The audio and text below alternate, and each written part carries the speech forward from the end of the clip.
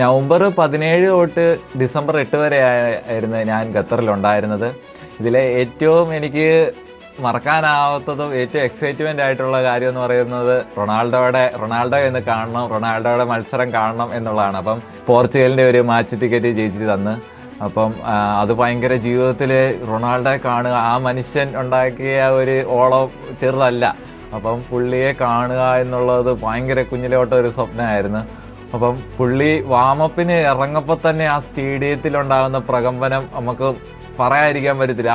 ആ ഒരു എക്സ്പീരിയൻസ് നമുക്ക് ജീവിതത്തിൽ എപ്പോഴേലും അത് എക്സ്പീരിയൻസ് ചെയ്യേണ്ടതാണ്. അത് ഭയങ്കര ഒരു ഇതാണ്. പുള്ളി ബാക്കിയുള്ള 10 പ്ലേയേഴ്സ് ഇറങ്ങിയാലും സ്റ്റേഡിയം വലിയ അനക്കല്ലേ, ഈ പുള്ളി ഇറങ്ങപ്പോൾ ഉള്ളൊരു ആ ഒരു എക്സൈറ്റ്മെൻറ്റും ജൈവിളികളും അതൊരു ഇതാണ്. പക്ഷേ ആ കളിയിൽ പുള്ളി സബ്ബായിരുന്നു. എനിക്കപ്പോൾ ഭയങ്കര സങ്കടമായി. അവിടെ വരെ വന്നിട്ട് പുള്ളിയുടെ കളി കാണാൻ പറ്റിയില്ലല്ലോ, സങ്കടമായിരുന്നു.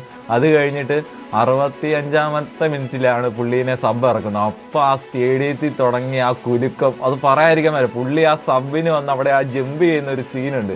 അതുപോലെ ഈ ഫുള്ള് കളിയുടെ ഒന്നും അവിടെയുള്ള ഫോട്ടോഗ്രാഫേഴ്സ് ഒന്നും കളിയുടെ ഫോട്ടോ എടുക്കുന്നില്ല. ഫുള്ള് ഈ പുള്ളീനെയാണ് ഫോക്കസ്. ആ പുള്ളി നമ്മൾ റൊണാൾഡോ ആ വികാരമാണ് എല്ലാവർക്കും.